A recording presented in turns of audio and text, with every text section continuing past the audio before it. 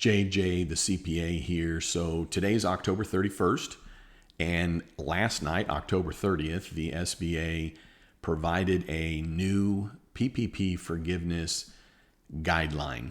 And basically, it's just a step-by-step on how to get PPP forgiveness. Now, I appreciate the SBA has put out this information. It's fairly basic.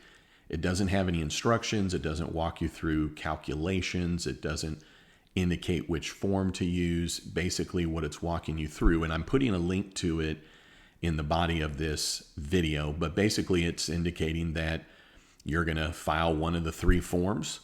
You're going to contact your lender. You're going to provide documents to your lender, and you need to be in contact with your lender during the process. It does indicate that the SBA will make final determination. It does also specifically mention that if you got the EIDL advance, some are calling it the EIDL grant. That was the $1,000 per employee up to $10,000. It does specifically state in there that it's the SBA that will reduce down the forgiveness for any amount that you got from the grant. Now, if that's news to you, I'm going to put a link to a video that I did several weeks ago that talks specifically about that and how it works, but they make it clear and this has been clear to me all along. I'm just making it clear to you, but they really make it clear in this guide that you don't reduce down your forgiveness amount, your forgiveness calculation. Your bank doesn't reduce down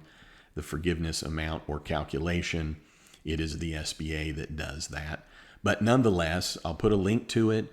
The only thing I find a little frustrating is that the SBA has yet to provide specific guidance for those that are Schedule C filers. And I'm not talking about Schedule C filers with employees. I'm talking about the Schedule C filers, whether you had employees or not. I'm talking about the Schedule C filer that's getting the PPP and PPP forgiveness based on their Schedule C from line 31, 2019, divided by 12 times 2.5. But what I want to note to you is that in this link, it does state that you're going to provide bank statements, payroll reports, etc. So I'm going to put a link also in the body of this video to another video I did about 3 minutes long, specifically addressing what the Schedule C filer, that's that self-employed, needs to actually hand into the bank. And what I make clear in there, and I provide links in black and white to the IRS and to the SBA into this other video of why you as a self-employed Schedule C filer are not an employee. So my point in saying that is that in this guide that this whole video is about that came out yesterday by the SBA, it indicates the documents that you're providing, and it is the bank statements to show payroll made. It is employer payments, employer payroll forms, documents from the third-party payroll company if it exists.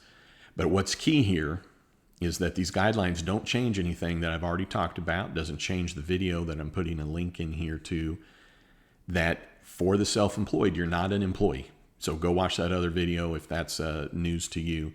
The bank is asking for documentation for employees. Those documents that listed are if you have employees, as well as if you have rent, interest, and utilities. But what I would appreciate is if the SBA, especially in these guidelines, would say for the Schedule C filer, for the self-employed, here's what you provide, which is the Schedule C. Boom, you're done. And you're not an employee, so there are no wages. You're not to pay yourself. You're not supposed to write a check to yourself, any of that, because it doesn't apply to the self-employed. So I have a number of playlists related to PPP forgiveness for the self-employed, as well as PPP forgiveness for employers. So you can go back to the main page of my YouTube channel. You'll see a drop-down menu for playlists. They're one of the first playlists. You can click there, peruse those videos. I don't want to overwhelm the body of this video with link after link after link. So at the end of the day, it's nice that they put out the guideline. I don't see any new information on there. And from my perspective, what they need to update it for, even though they came out with it last night, is for the self-employed. All right, hey, Thanks for tuning in. If you made it to here, and I don't know why I can never remember to ask you at the beginning, but if you made it to here and you're not a subscriber, surely I provided some value to you, that you stuck with me, which I appreciate. So click it, subscribe. I don't make any money off of it, but it helps with the algorithm. I'm a CPA.